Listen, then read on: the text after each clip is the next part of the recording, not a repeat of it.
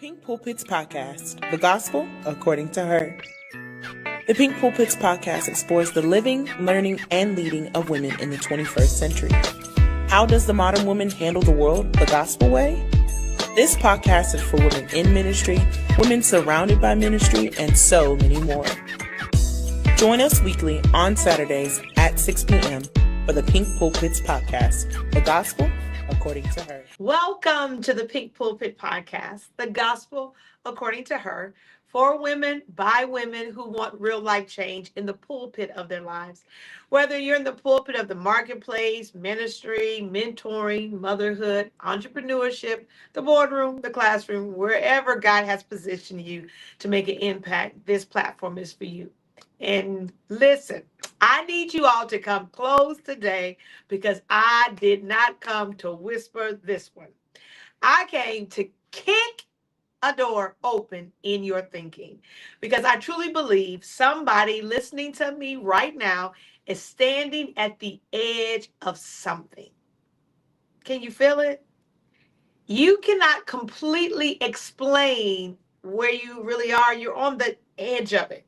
You don't maybe have all the details, and you may not even know exactly what is coming next. But something in you keeps saying, there has got to be more than this. More than what I've seen, more than what I've experienced, more than what I've accomplished. Some of you just saying, listen, there's more than what I've settled for and more than what I've survived. More than what some of us may even be accustomed to. And I came with a big announcement. There is. God has more. And not just another door. I believe that there are bigger and better doors. Now, somebody just said, Lady Nicole, your fave chick, what's up? Hosting you today. I just need any door to open. No, ma'am. That is not how we get ourselves out of stuff. That's how we get ourselves into trouble. Every open door is not your door. Can I say that again? Every open door is not your door.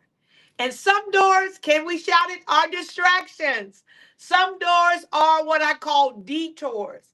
And some doors look good, but they aren't really going to fit what's going on with you.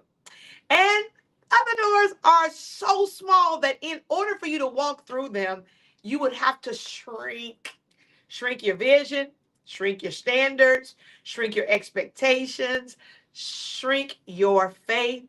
Can I just shout it? Shrink your voice. Shrink what God put inside of you. And I truly don't believe that God brought us through everything that we've been through just so that we could step and spend the next chapter of our lives making ourselves smaller to fit somewhere that we really have outgrown.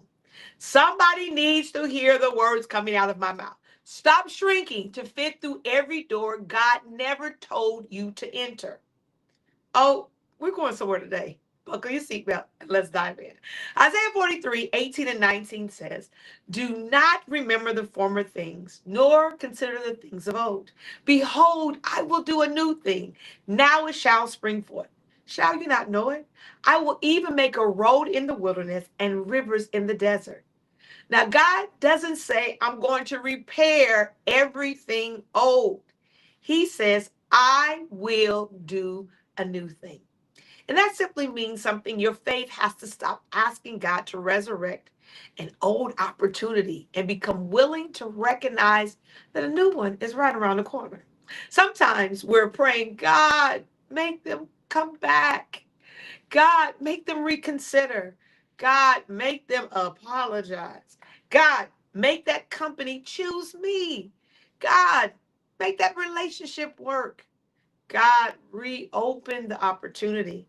And perhaps the faith question isn't, God, why won't you reopen this door? Perhaps the question really is, why am I still standing at this door when there may be something bigger and better ahead? Because I need you to listen to me today. A closed door does not mean you have reached the end of the hallway. Just lay in there for a minute. Yeah, the door closed, but you ain't reached the end of the hallway. There is more hallway. hallway. Write that down. Put it in your phone. Text it to your girlfriend. A closed door does not mean that you've reached the end of the hallway. Can I tell you something? Keep walking. Keep believing. Keep expecting, because there is more hallway for you. You got to keep preparing, because there are other doors. Can you put it in the chat? They have other doors and they have your name on them. I believe somebody listening to me today needs just someone to tell you to believe again that after everything that happened and everything that didn't happen, God still has more for your life. And He has some bigger and better doors. So, can I just say this to you?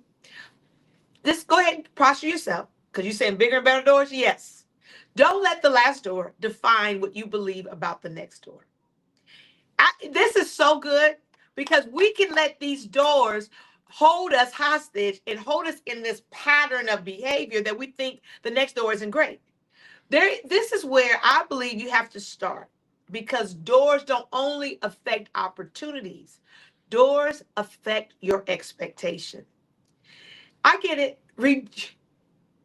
You get rejected enough, and you'll start expecting rejection to come. You get disappointed enough, and you'll just start preparing yourself for disappointment. Have enough things fall apart, and you can knowingly develop what I call defensive faith. You still believe God, but carefully, you still pray. But you don't want to get too excited. You still dream, but you keep the dream small enough that disappointment won't hurt you too badly. That's what I call, and I'm telling you, you say things like, well, we'll see. Or if it's meant to happen. Or I don't want to get my hopes up too high. Hold on. What happened to your hope? Hebrews 11:1 says, now faith is the substance of things hoped for and the evidence of things not seen. Faith has a relationship with hope. Put that in the chat. Faith has a relationship with hope. So if life has convinced you that hoping is dangerous, eventually your faith will become hesitant. Romans 4:20 and 21, one of the scriptures that I've been in lately, it talks about Abraham, right? He did not waver. It says he did not stagger at the promise of God through unbelief, but was strengthened in faith, giving glory to God, being fully persuaded that what he had promised he was able to perform. Now, that's where I want you, fully persuaded, not fully informed, not fully comfortable, not fully concerned or certain about the how, but fully convinced about who. Who promised? Because God is able. God is faithful. God is a good Father. God's word still works. It doesn't return void. It goes, does, accomplishes, and sets in line what God said. And what happened behind me does not get to determine what I believe is possible that's ahead of me. Because some of us have been allowing a previous experience to prophesy over your future. That didn't choose me last time. That relationship failed me. That business, that didn't work. The ministry opportunity, it didn't happen. That investment didn't produce what I expected. Anybody here say, I thought I'd be further by now? Okay. Here's my question. Who told you that was the last door? That was the last guy. That was the last relationship. Who told you that that was the biggest opportunity available? Who told you that that was the pinnacle, the greatest? Who told you that there couldn't be another introduction, another strategy, another relationship? There's another big idea. I know you might think that was the idea. There's a bigger one. There's another room. There's a better room, a better opportunity, a better season. Ephesians 3:20 says, now unto him who is able to do what? Exceeding abundantly above all that we can ask or think, according to the power that works in us. Your last door may represent what you could imagine. Your bigger and better door may require you to believe for what is exceeding and abundantly above what you could imagine. So here's your first assignment. Release the last door from the responsibility of defining your future. Just release it. It didn't happen. Keep moving. It closed. Keep moving. The door locked. Keep moving. You outgrew it. Keep moving. They said no. Who cares? Keep moving. Because no is a complete sentence, but it is not necessarily the conclusion of your story. Ask yourself, have I allowed something that didn't happen to reduce what I believe can happen? This is so good today. I am going to go back and watch this myself. Sit with that for a minute. Have I allowed that thing to reduce what I'm believing for to happen? Because before God changes your door, faith may need to change its expectation. Your faith must level up. So when you level up, let me give you this. I know. Bigger doors require bigger capacity. Some of us, your capacity is too small. Now, here's what I love you enough to not just hype you up, because everybody wants a bigger door. I know it. I know. Bigger, are you like, bigger door? Okay, bigger, bigger, bigger. No, but the question is, can bigger walk through your life without breaking it? This is so good. No, I believe if bigger showed up for a lot of us, it would damage us. It would break whatever we got going on. And I'm telling you, you've got to expand your capacity. We love praying, God, enlarge my territory. Okay? But enlargement comes with responsibility. More influence requires you to have more character. More money requires better stewardship. More visibility requires more discipline. I'm in a season of my life right now where God is calling me to a new level of discipline, because more opportunity requires you to prepare more. More people requires you to have greater leadership. More access requires greater wisdom. You cannot keep asking God for a king-size opportunity while maintaining a twin-size mentality. Oh, I said that. I know you looking at me right now saying, what? Yes, I said it. Because y'all asking for big dreams, big goals, and your capacity ain't bigger than a Kit Kat bar. Can I say it fast and slow? And some of us, you have to break one of the Kit Kats off, and that's your capacity right there. A man's gift makes room for him and brings him before great men. Let me just say this. People write that and say that. Your gift is not talking about, let me say this slow and fast, is your talent. But what I do know is your talent, you need the capacity to function once you arrive. David gives us a beautiful picture of this. Before David entered and stood in front of Goliath, he had already been faithful in a field where almost nobody was watching. You know, 1 Samuel 17, 34, 37. Go back and read it. It says, but David said to Saul, your servant used to keep his father's sheep. And when a lion or a bear, I love it when he talked like that, because he was talking crazy to Goliath. You understand me? He took out a lamb out of the flock. I went after it and struck it and delivered the lamb from its mouth. And when it came up against me, I caught it by its beard and struck it and killed it. Your servant has killed both lion and bear. He said, me, David, I done killed both of them. You heard me what I said. Be like one of them. He said, this uncircumcised Philistine will be like one of them, seeing he has been defiling the armies of the living God. Moreover, David said this, the Lord, who delivered me from the paw of the lion and from the paw of the bear, he will deliver me from the hand of this Philistine. Everybody saw Goliath. Everybody saw David. but nobody had seen the lion. Everybody saw Goliath, but nobody had seen the bear. Everybody, and I do mean everybody, eventually saw the palace, but David's capacity was developed in the pasture when nobody else was looking. Don't despise the season when nobody's clapping for you. Don't despise the season when ain't nobody looking for you. Don't despise the little assignment. Don't despise preparation. Can I just stop right there for a second? Because sometimes people come to tell you they want you to be on the prayer ministry and you want to be in the pulpit. But you can't be faithful over the prayer ministry and be on time for the prayer ministry. Can I just talk about it?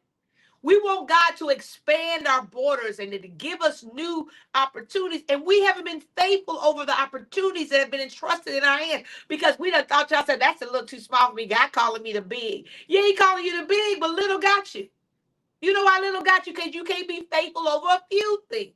Be faithful over a few. And he said, then I can trust you with more. Because sometimes what looks like a small season is actually training you for the big door. So instead of only asking God, where is your bigger door? I need you to start asking, who do I need to become to function effectively when the big door opens? Do I need more discipline? Do I need more education? Do I need better financial habits? Stronger communication? Greater emotional maturity? Better time management? More consistency? Do I need to finally finish something? Are you a starter but you never finish? Do you need to make the phone call, write the proposal, create the business plan, take the class, apply, get certified, save, study, prepare? Faith is not sitting on your couch shouting, my door is coming, my door is coming. While the application has been sitting unfinished on your laptop for 3 weeks, who am I talking to? Girl, submit it already. Faith moves. James 2:17 says it this way. Faith by itself, if it does not move, if it does not work, it's dead. Prepare for what you're praying for, because when the door opens, you don't want to be getting ready. You want to what? Be ready. So watch this. Stop knocking on doors God never assigned you to. Now, we're about to get that real uncomfortable, so go on and get in your seat real good. Because some doors are not closed because you didn't pray enough.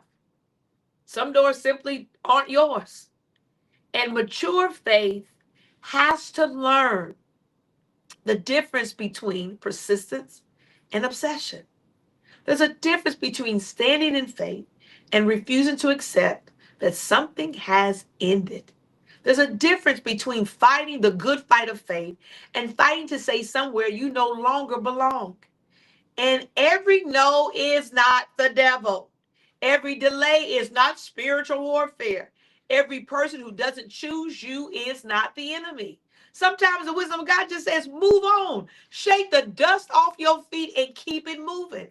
Proverbs 3:5-6 says, trust in the Lord with all your heart and lean not into your own understanding. In all your ways, acknowledge him, and he shall direct your paths. Did you hear that?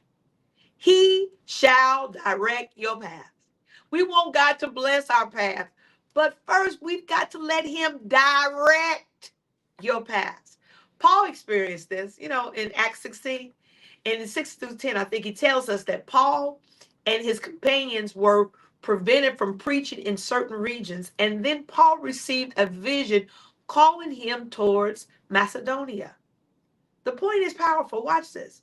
A blocked direction led them towards the assigned direction. They didn't build a house in front of the blockage. They remained sensitive to direction. Some of us would still be standing there saying, the devil is busy. No, baby. Turn the corner. Turn the chapter. Turn the page. Somebody is rebuking something that God is trying to redirect. Stop rebuking it. You've got oil on the door. You done fasted about the door. You done called your prayer partners about the door. You done walked around the door 7 times and the wall still ain't falling. Because heaven is saying, That ain't your door. Look at your neighbor and say, move, move. Because your assignment isn't to get through the door. Your assignment is to discern your door. Is this the door? Is this my door? And here's the faith principle I want you to remember. Don't become so emotionally attached to one entrance that becoming spiritually blinded when another one shows up. The bigger and better door may not look like the one you've expected. It may come through somebody you didn't expect, or even somebody you don't even like. It may happen in another city, another industry, another method, another relationship, another platform, another strategy. Isaiah 55, 8 and 9 says it this way: For my thoughts are not your thoughts, nor are your ways my ways, saith the Lord. For as the heavens are higher than the earth, so are my ways higher than your ways. And my thoughts, they're higher than your thoughts. Leave room, everybody, for God to exceed your method. Your method is so much smaller than God's. You can believe for the promise without dictating the pathway. And then I want y'all to settle on this one. When the door opens, can y'all just walk through it already? Now, this is where I think we're going to finish. Because believe it or not, sometimes the problem isn't finding the door. It's having the courage to walk through it. We pray for bigger until bigger shows up, and then somehow the bigger scares us. We say, oh Lord, that's a lot. I don't know if I'm qualified. Who am I to do that? Do I have enough? Will I fail?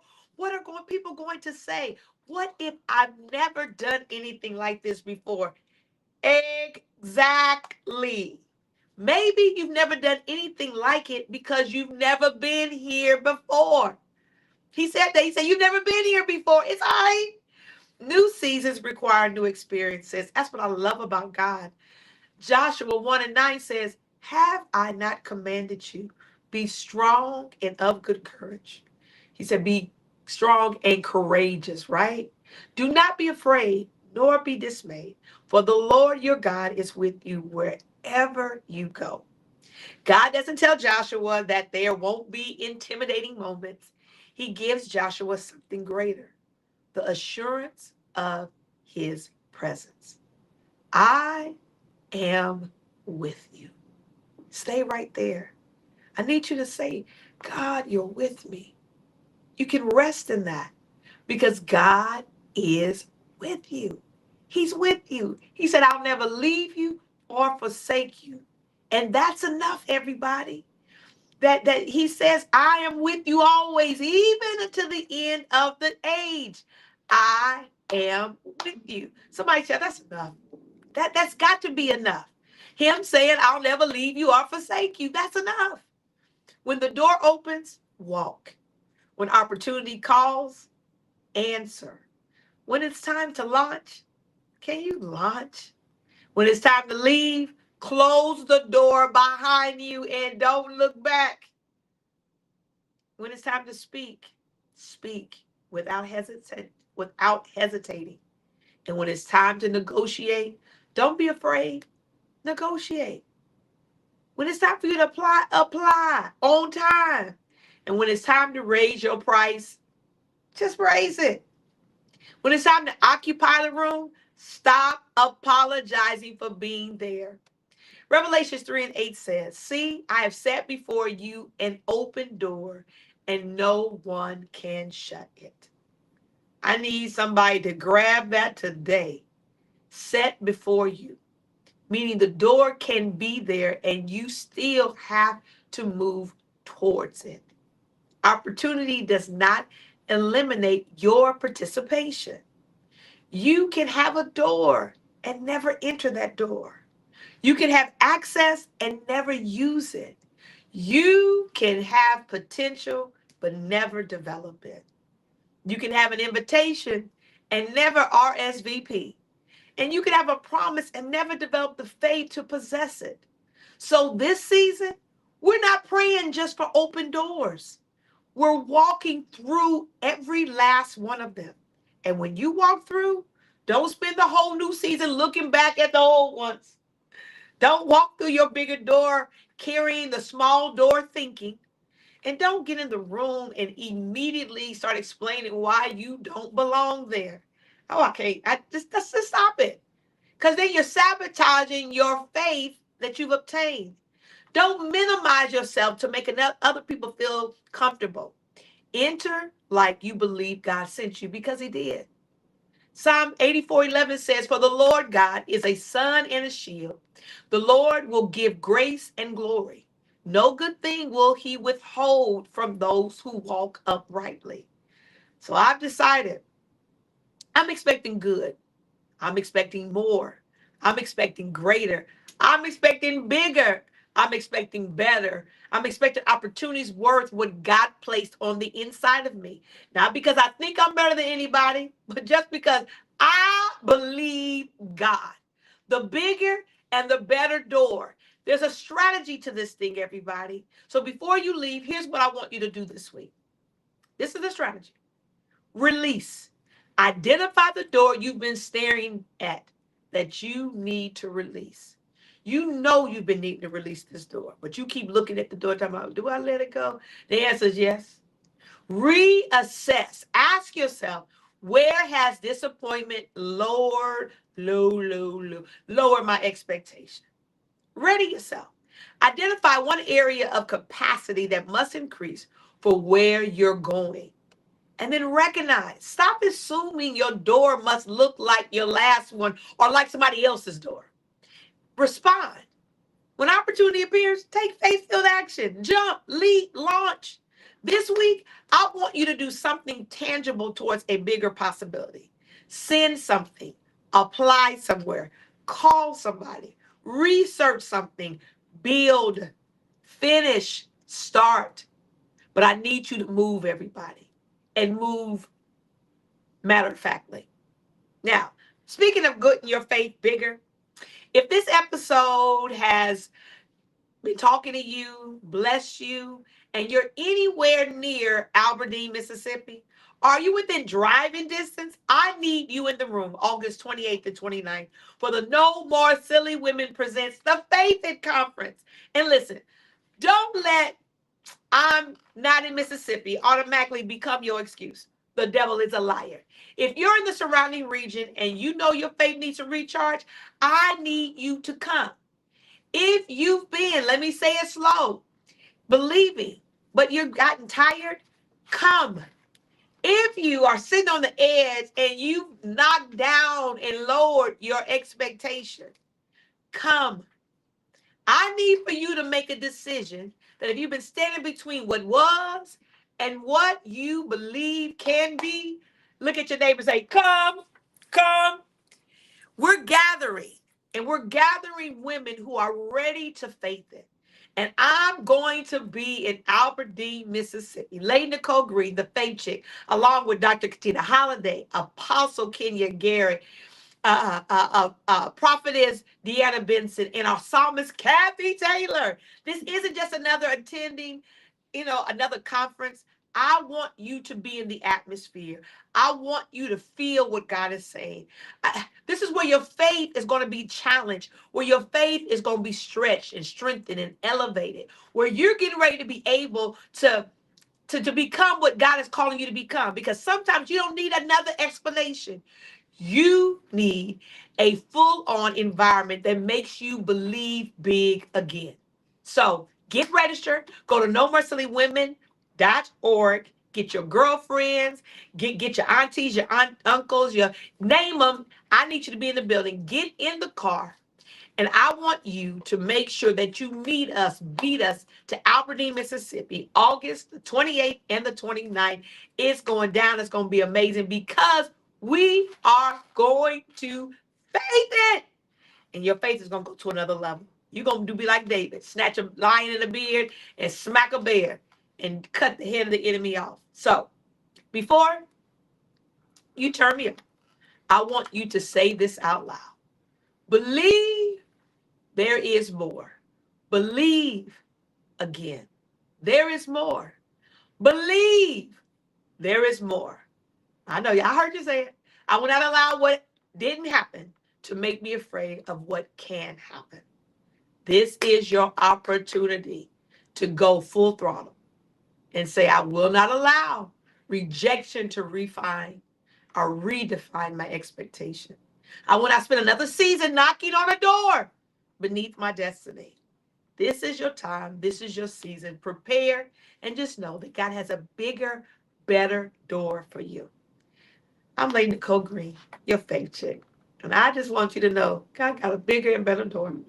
And all you got to do is be determined that you're going to walk to it and then you're going to walk through it.